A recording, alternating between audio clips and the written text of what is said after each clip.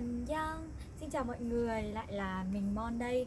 Để tiếp tục cho cái chuỗi series học bổng của mình thì video ngày hôm nay mình sẽ chia sẻ cho mọi người cái đánh giá của bản thân mình về cái câu chuyện hồ sơ như thế nào thì sẽ có xác suất cao để lọt qua vòng đơn.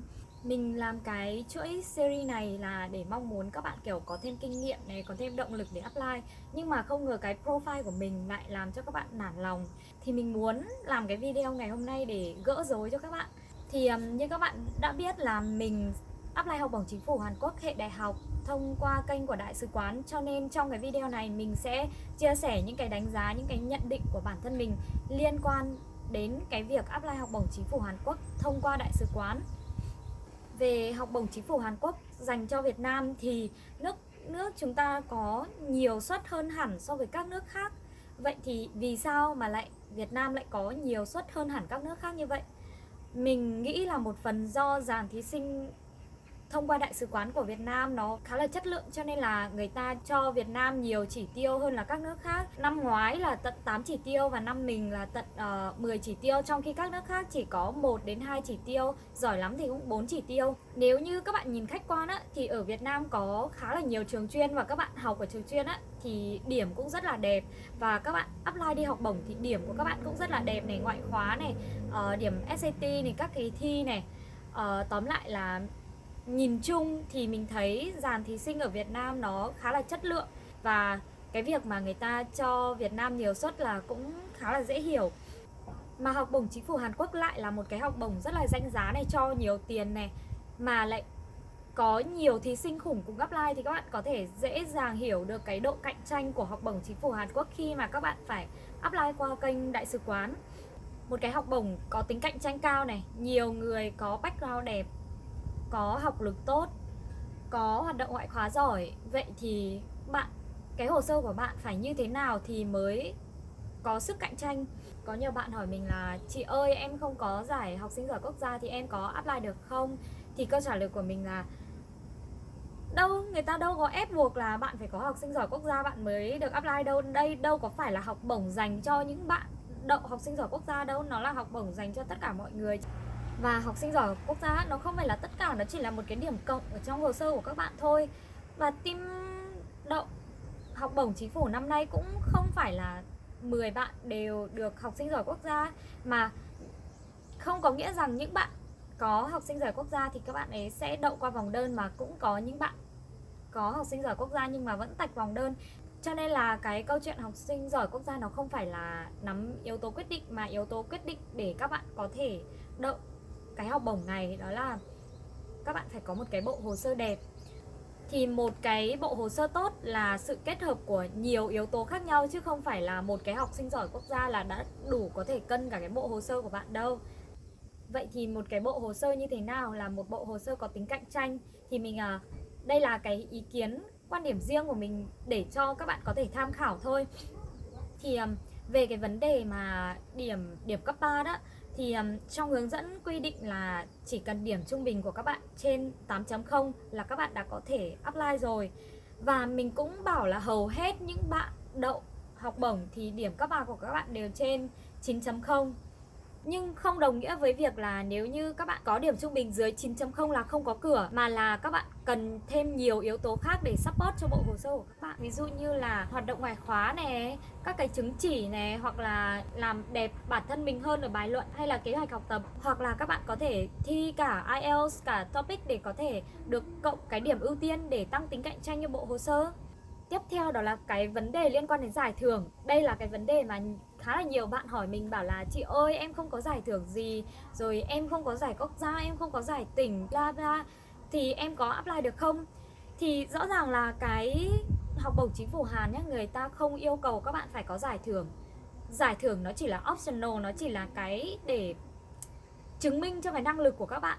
Thì bạn nào mà có giải thưởng á, thì cứ đưa vào trong bộ hồ sơ. Đấy là những cái thứ mà để cho người ta biết được về năng lực của các bạn. Không nhất thiết là phải bắt buộc là phải giải quốc gia, mà các bạn có thể đưa vào giải tỉnh, giải huyện này, có giải gì là các bạn cứ đưa vào hết.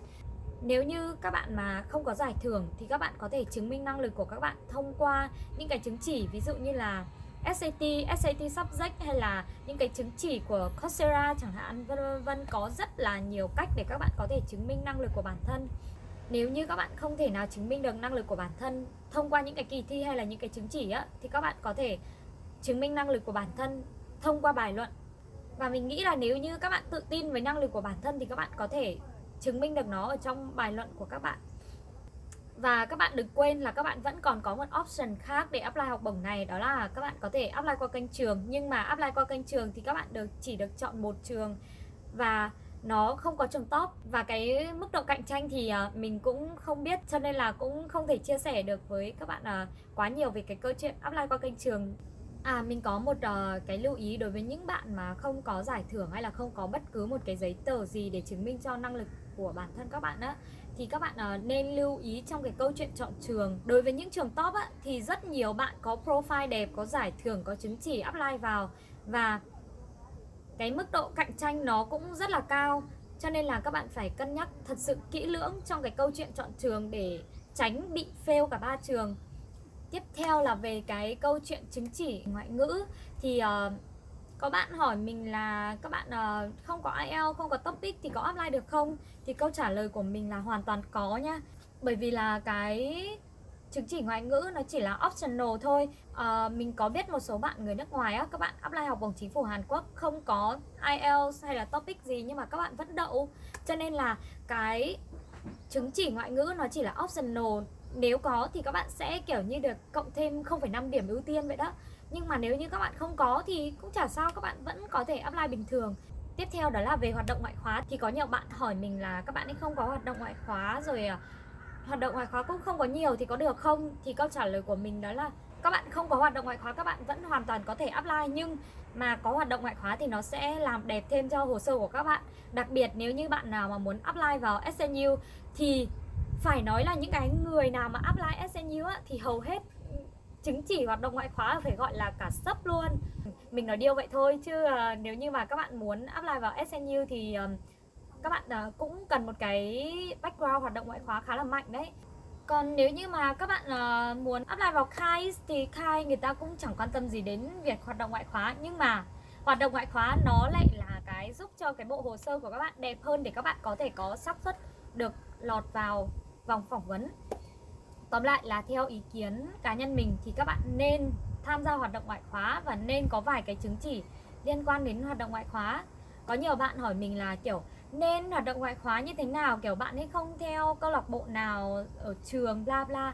Thì thật sự cái câu chuyện hoạt động ngoại khóa này thì nó có khá là nhiều kiểu. Các bạn có thể hoạt động nhiều và tìm ra cho mình được một cái mà các bạn thích nhất, hoặc là các bạn đánh trọng tâm vào đúng một cái hướng mà các bạn thích. Ví dụ như mình đánh mạnh vào cái vấn đề leadership skill, cho nên là mọi cái hoạt động ngoại khóa của mình đều liên quan đến leadership skill. Hoặc ví dụ như bạn nào đấy mà kiểu hướng đến cái vấn đề liên quan đến nữ quyền thì những cái hoạt động ngoại khóa của các bạn có thể đánh mạnh vào vấn đề nữ quyền, thì các bạn sẽ kiểu apply vào những cái hoạt động liên quan đến nữ quyền. Và mình thấy là cái việc mà các bạn hoạt động ngoại khóa theo một cái hướng cụ thể á, thì nó sẽ khiến cho cái hội đồng tuyển sinh khi mà cầm những cái certificate hoạt động ngoại khóa của các bạn thì người ta sẽ thấy rõ được rằng là cái type của bạn như thế nào, cái kiểu người, cái kiểu hoạt động ngoại khóa mà bạn hướng đến nó như thế nào. Có nhiều bạn mới chỉ là lớp 10, lớp 11 chưa có kinh nghiệm nhiều. Các bạn hay hỏi mình là kiểu làm sao để có thể hoạt động ngoại khóa, thì các bạn có thể lên Facebook tìm kiếm những cái nhóm giống như kiểu là Youth Opportunities chẳng hạn. Thì ở đấy người ta luôn kiểu đăng tuyển tình nguyện viên này nọ, thì các bạn có thể apply vào đấy để thử sức mình, để kiếm thêm vài cái certificate. Và khía cạnh cuối cùng mà mình muốn nhấn mạnh đó là vấn đề liên quan đến bài luận và kế hoạch học tập. Hai cái đấy nó là cái điểm mấu chốt để giúp cho các bạn có được học bổng hay là không. Nói một cách đơn giản thì điểm số đẹp này, hoạt động ngoại khóa, giải thưởng nó giống như là một cái vẻ bề ngoài đẹp vậy đó, để cho người ta chú ý đến các bạn. Nhưng mà như vậy là chưa đủ, các bạn còn cần phải chuẩn bị cho mình một tâm hồn đẹp nữa. Và cái bài luận và kế hoạch học tập đó chính là cái tâm hồn của bạn. Và mình mong là qua cái video ngày hôm nay của mình, các bạn sẽ có những cái đánh giá nhất định về cái bộ hồ sơ của bản thân. Hiện tại thì mình đang mentor cho mấy bạn đang định apply học bổng chính phủ Hàn Quốc hệ đại học năm nay. Và sau khi đọc những cái bài luận và kế hoạch học tập của các mentee á, thì các bạn ấy vấp phải những cái lỗi sai như mình hồi trước. Cho nên là mình sẽ làm một cái video liên quan đến bài luận và kế hoạch học tập để cho các bạn có một cái nhìn rõ ràng hơn ha. Và nếu như các bạn muốn hỏi kinh nghiệm của mình thì các bạn có thể liên lạc với mình thông qua page Linkmon của mình. Thì mình sẽ để link ở bên dưới phần mô tả. Và các bạn hãy nhớ like page của mình để có thể cập nhật nhiều video của mình hơn. Và mình chúc là các bạn chuẩn bị thật tốt cho đợt apply học bổng chính phủ Hàn Quốc hệ đại học vào tháng 9 tới đây. Và video của mình đến đây là kết thúc và chúc các bạn may mắn.